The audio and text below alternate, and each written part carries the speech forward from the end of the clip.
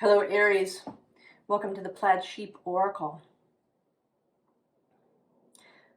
I'm recording this on November 1st. And there's something about that, the beginning of a new thing. Tomorrow, when this posts, a little bit after it posts, the moon will move into Aries. This moon, there's a moon connection here. The next astrological thing is that on November 4th, Uranus will be opposed by Mars. Mars will oppose Uranus. Mars is your planet. And this can be really intense, even explosive, this Mars-Uranus. But a couple of things. At the moment of the perfection of that opposition, the moon will have just moved into Taurus, Venus's space.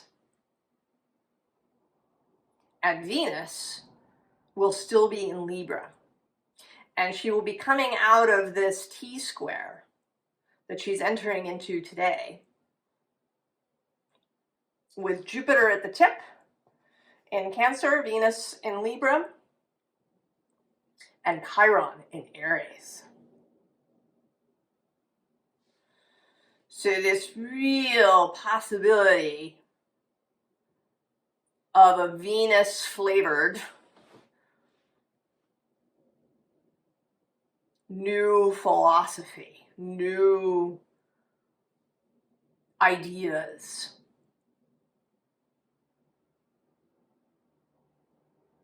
And so all of this is possible. Of course, transits, aspects, so many ways to look at them.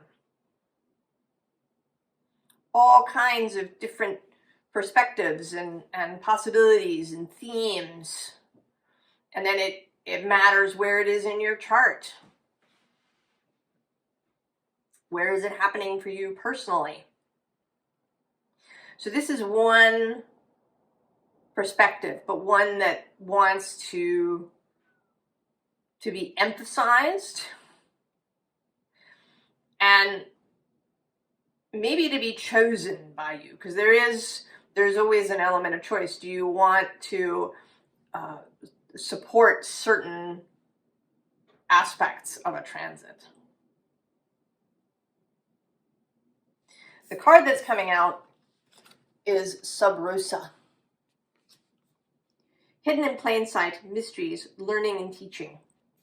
This is Venus. She is Sub Rosa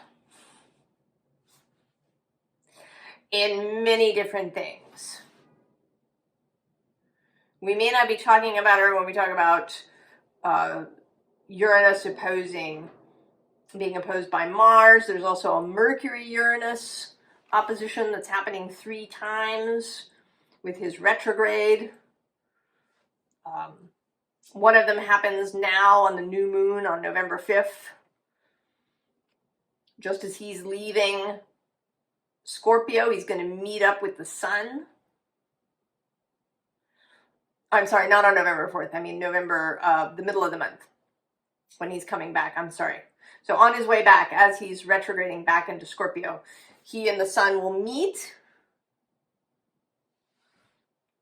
almost at the same time as the new moon, which will be opposed by Uranus and opposing Uranus. So there's a lot of strong energy. And by then, Venus will be in Scorpio and Mars in Sagittarius. So I feel like she kind of has the run of the place. Mars isn't home. He's moved on into Sagittarius. Pluto's away in Aquarius. So there is her influence happening here in this new moon in Scorpio. And of course, the full moon in Taurus, because she will be in Libra still at that point. And The moon is exalted in Taurus. It is her space, the Empress's space.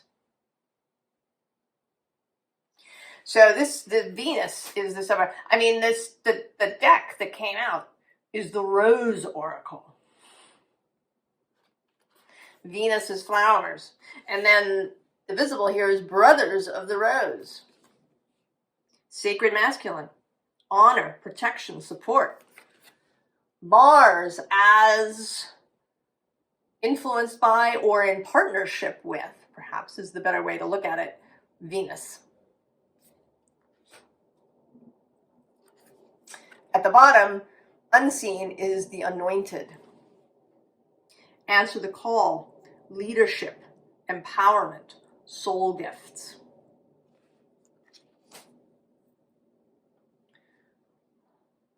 How is your Mars going to respond to all of this? Here in the United States, November 4th, the day that all of this occurs, is election day. It is, really. It's not a midterm election, the thing that happens between presidential elections when there may be a big turnover of Congress, but there's still stuff happening.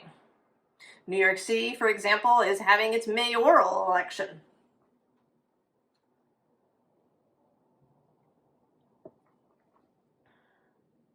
So how are you going to respond to that, Aries?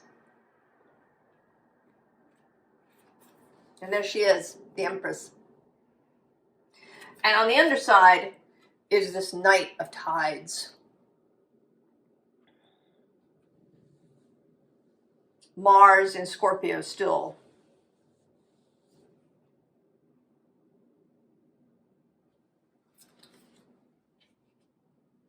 Below her, the Six of Branches, the Six of Wands, an attitude of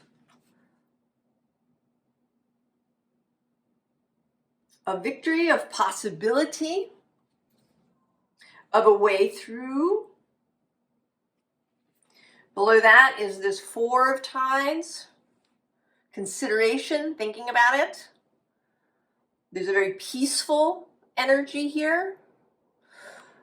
The purple makes me think of the crown chakra, of receiving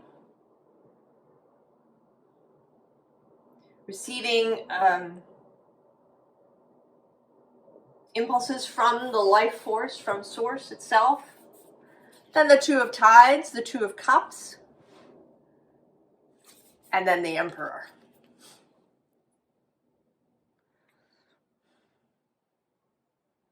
The Aries Major Arcana card. Here, in partnership, in connection with Venus. We have these two cards of the Seven of Branches and the Seven of Tides. So, right here, there's a fire going on in the background. There may be conflict. There may be a feeling like you have to defend something, that you have to go and fight some fires. The Seven of Tides is this ship that seems to be out in a storm. Seven of Cups, maybe the feeling that you don't quite know where to go. You haven't been able to see a lighthouse light anywhere.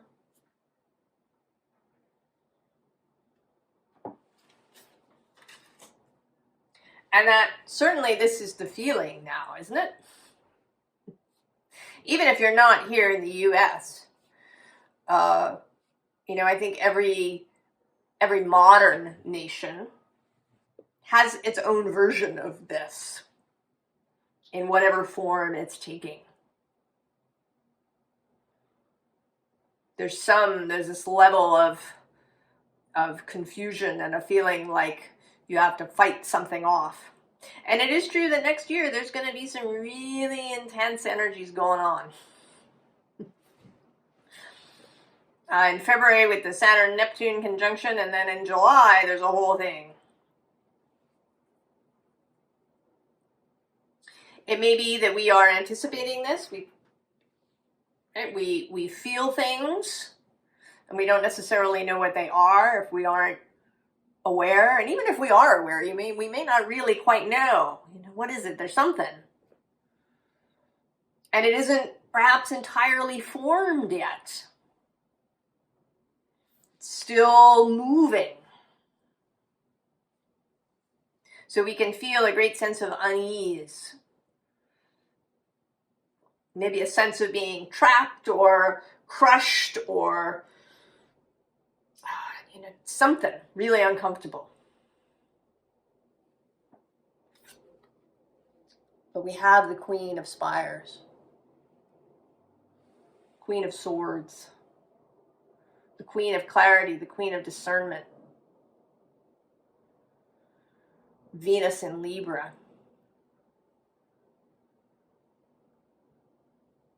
When you strip it all away,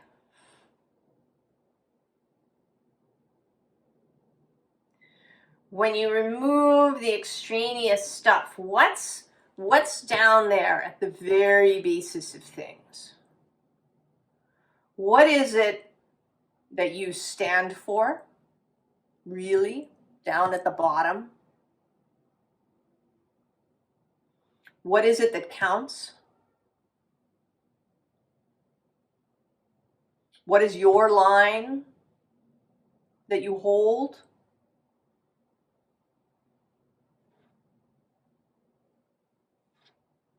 Beyond all the noise?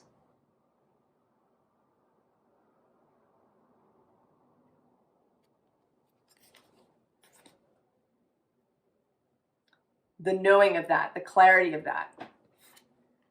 And then we get the Knight of Stones. And Mars is showing up. He was the Knight of Cups. Here he's the Knight of Pentacles. We're also going to see him as the Knight of Wands.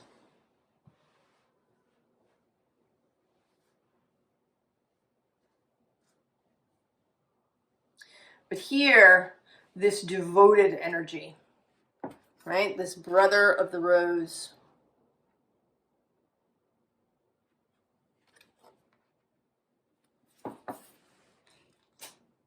Devotion to the life force, to creation, to supporting those things which support life as a whole.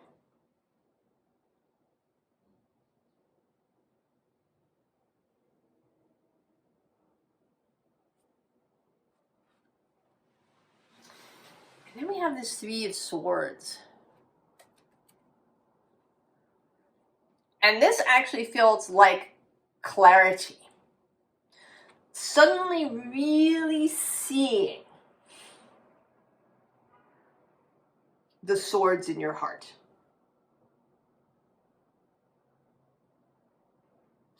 And in a kind of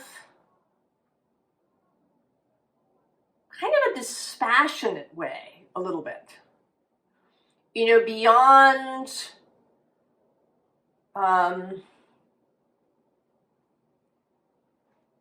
again, beyond the details, there's something here about stripping away the fluff, the extraneous things, and then just seeing with real clarity. This tarot deck too is very linear, graphic.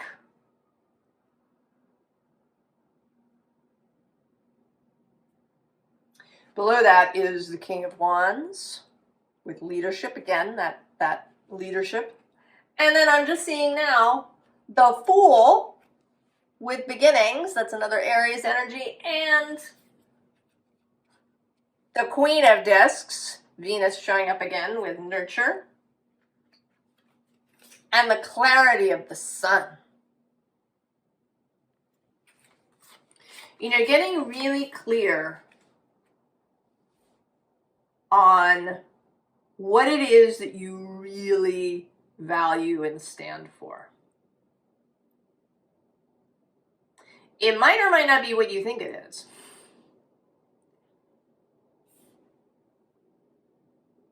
Perhaps.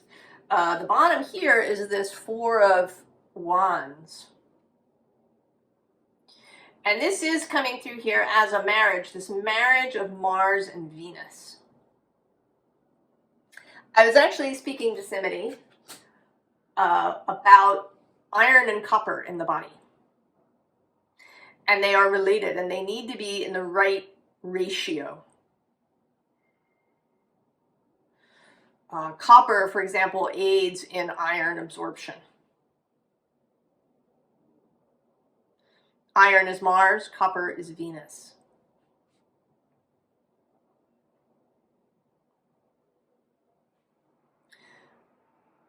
That Mars is important, this ability to stand for things, to take action in the world. And we want that action to be, at least in this moment, Venus-led.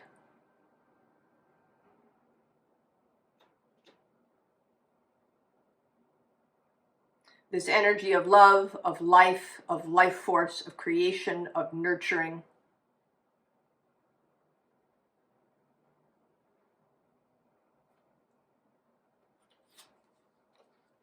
Ten of Pentacles, establishment. And this, this feels too a bit like this sub rosa. That there's this sun, right? There was a sun all the way down here underneath all of this.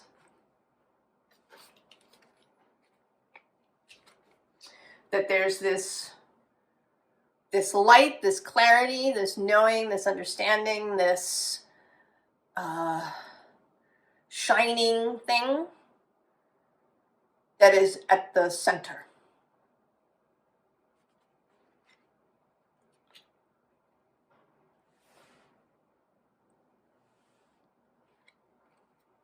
Perspective. And not just in terms of sort of how you see things. There is this idea of the dispassionate perspective, of the non-triggered perspective. What comes to mind is Byron Katie's The Work, actually. You can look it up. It's a way of pushing on a belief that maybe is causing you trouble. Is it true? Is it really, really, really true? What if it wasn't true? Finding ways of seeing its opposite or other ways of looking at it. But there's also this kind of starkness, this removal of extraneous things. It's actually making me think now of a time when I served on a grand jury. And a grand jury here in the United States, you decide whether or not something will move on to trial. So you aren't deciding whether or not someone is guilty. You're simply deciding whether or not there's more to be discovered and we should look at it. There's something here. Yes, we need to know more about it. But often my fellow jurors wanted to know more information than they really needed. They were sort of attempting either to decide guilt or innocence, or kind of to get a bigger sense of what happened. How did this happen? But it doesn't matter. That is not the question. The how is not relevant to whether or not we send this on to trial or no.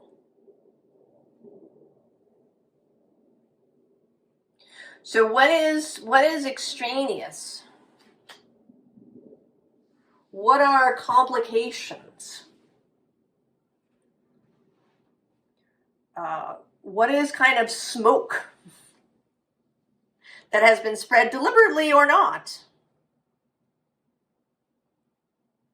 that has made something unclear.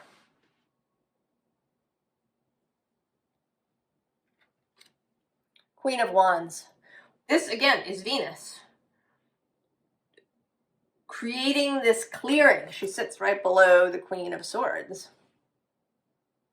And here, with the Wands, this sense of creation, of where you want life to go, what you want life to look like. What does your heart say? What do your passions say? And not your judgments or your triggers or your any of this stuff. Not about resentment or anger or these things. This is right, we're stripping it down to the essence of it. And then when we have that, then we get this Knight of Wands. Mars in Sagittarius opposing Uranus.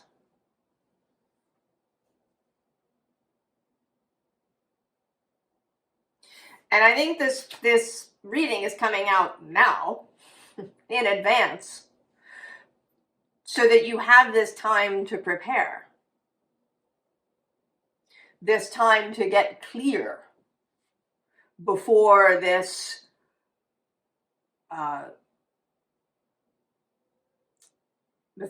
aspect, this transit occurs.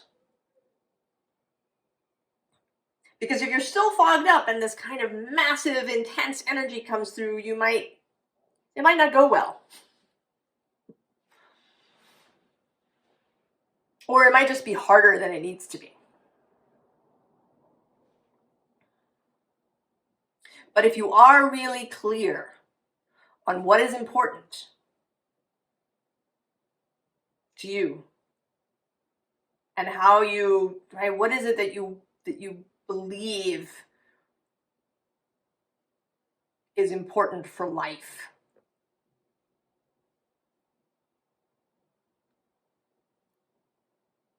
down at the core of things.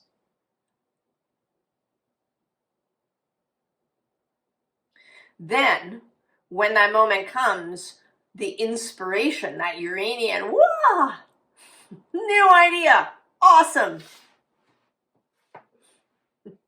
Because then we get eagerness, ready to go. Also, rise up, visionary.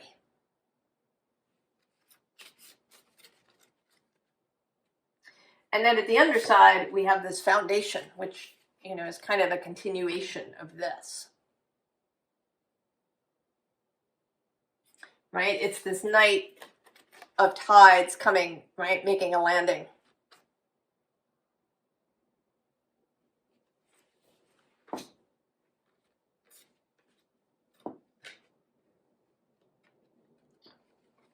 Moonlight reflections. The importance of the moon, the importance of how you feel about, really knowing what feels good to your moon, understanding with clarity what that is, how it fits into this whole thing. It may be that your moon is in the path of this transit. Perhaps you have a moon in Scorpio, Sagittarius, Taurus, Gemini.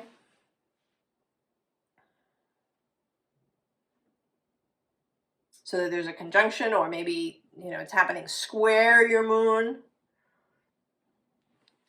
But paying attention to those moon things. And maybe even, what the moon means to you. Perhaps going out and gazing at the moon. It's at a very good time for that. Waxing gibbous, visible not too late at night.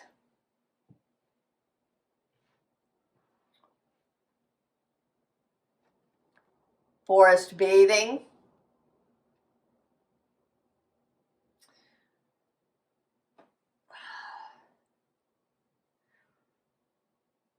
That more of this Venusian nature, Knight of Stones. You may find that through this period you need more than usual time in a natural space, away from noise and freneticism.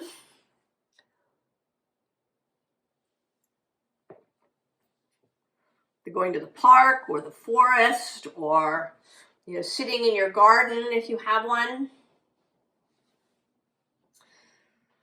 bundled up if it's chilly, maybe going and sitting on the earth while looking up at the moon if you have that option.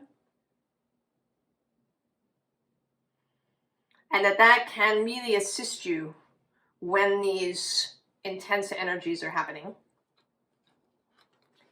And then this hibiscus card, which is all about beauty and our perception of beauty. Seeing the beauty of things, looking for the beautiful. I mean, just general, all those kind of Venus things, things that feel good on the skin. Maybe making things, cooking food,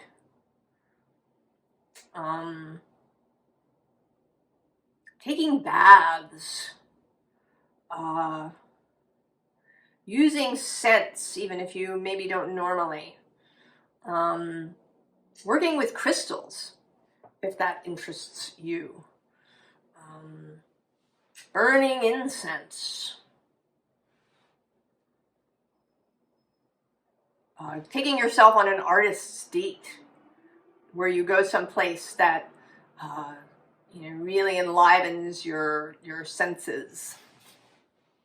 Museums or art supply stores, or a great restaurant or cafe, or going to a really fabulous clothing store and trying a bunch of clothes on. Any of this kind of Venus supportive stuff, I think, would really be helpful in this moment. And so we have the moon. And then some repeats below her. We have the Four of Wands, the Queen of Swords, the Knight of Wands, and then this High Priestess.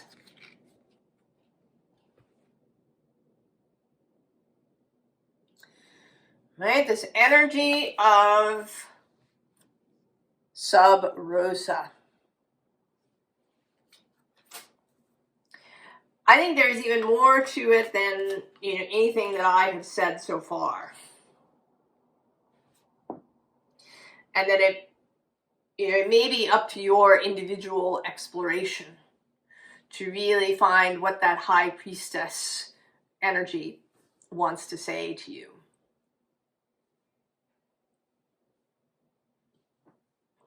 That she's here with you.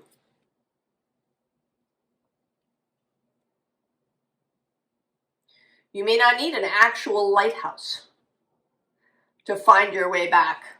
I'm sort of seeing now this thing too, right? Finding the way, that there's a signal.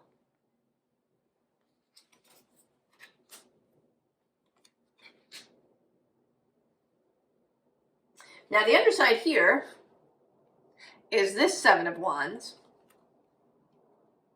And this feels actually a little humorous.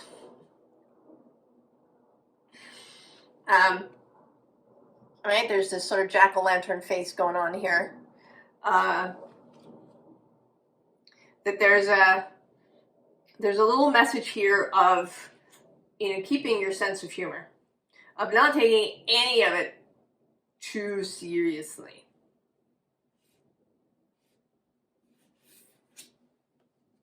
The Chariot, the Crew, all of your crew, your companions, your fellowship in spirit, in non-physical, and also your companions in the physical. People, animals, trees, everybody, the whole crew is together, ready to go. Ace of Swords, there's that Uranus energy.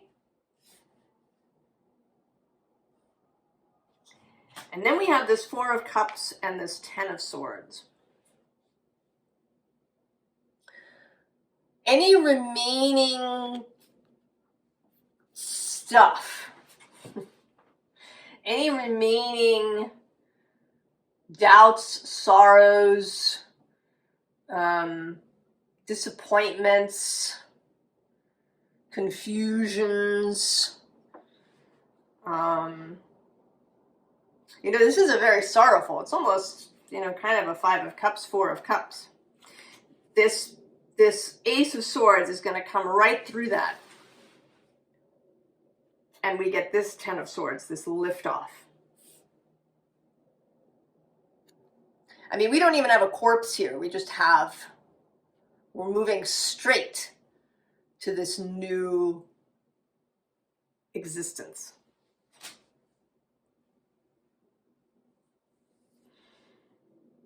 I think something really important, a big piece of information, a meeting with somebody, something that has this communication vibe of Uranus and Gemini.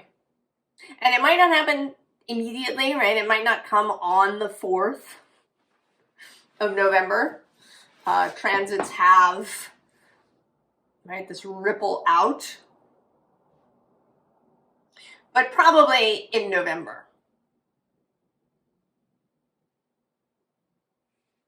And it may even, it could be stepping stones, pieces. I think you shouldn't get too caught up in expecting things necessarily. But this Ace of Swords is coming. And if you've sort of followed us so far and you've gotten really clear on what you stand for and what you would fight for, what you would take action for. I mean, and I would argue that it's not even about fighting.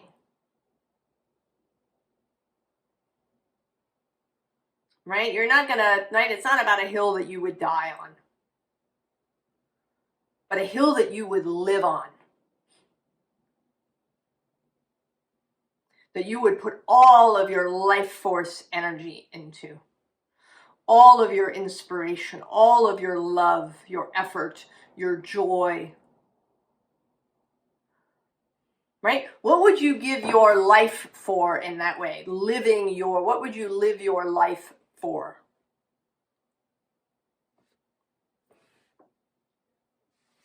Aries.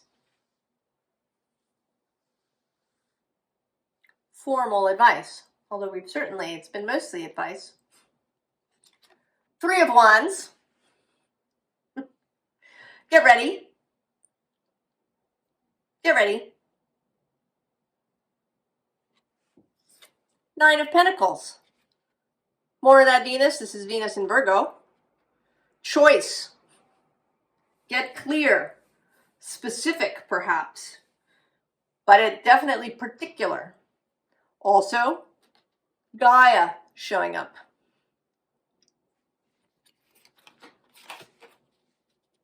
On the underside, destined for greatness.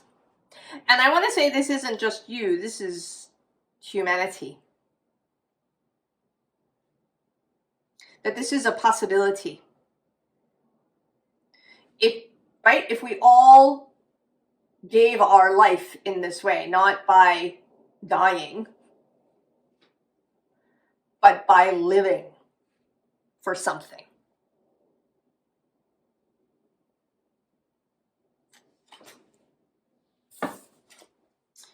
we have this truce, and this is Mars and Uranus. I mean, all of these kinds of things that seem, transits that can feel rough.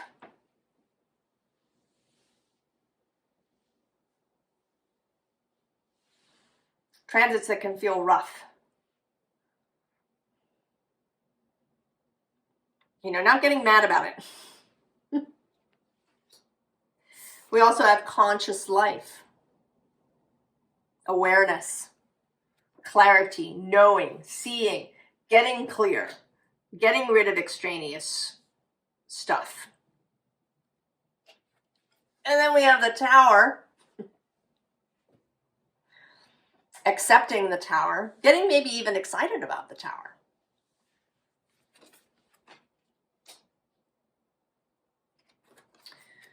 And this Nine of Swords, giving it up, kind of.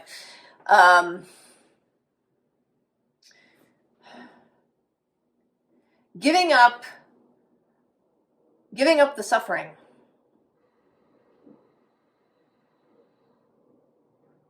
Let it go, giving it up. Even if it gets you things, even if there's a level of comfort or level of satisfaction, or, maybe it's been really good at getting some results from people that you wanted. I don't know. Whatever it is, giving up on it.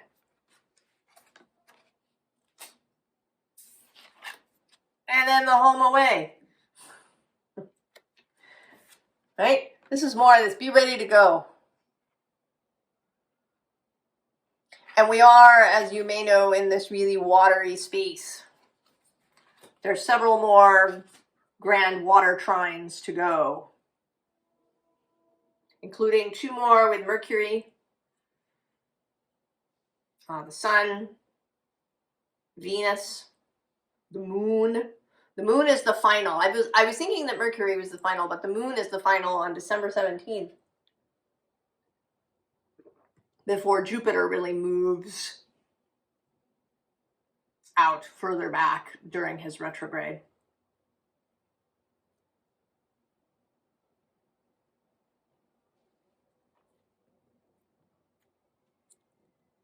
And water, too, is certainly a moon thing. It's a Venusian thing.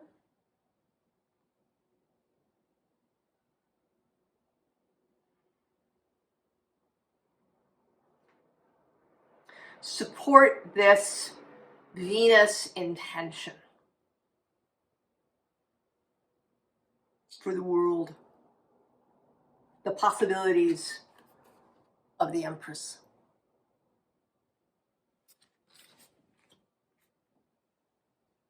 I hope this is exciting, Aries.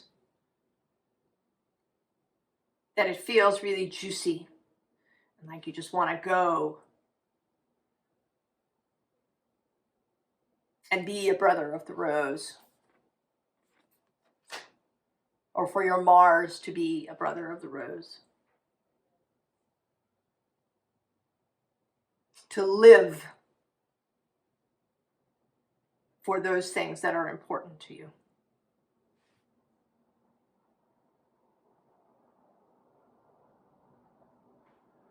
I wish you all the very, very best, Aries.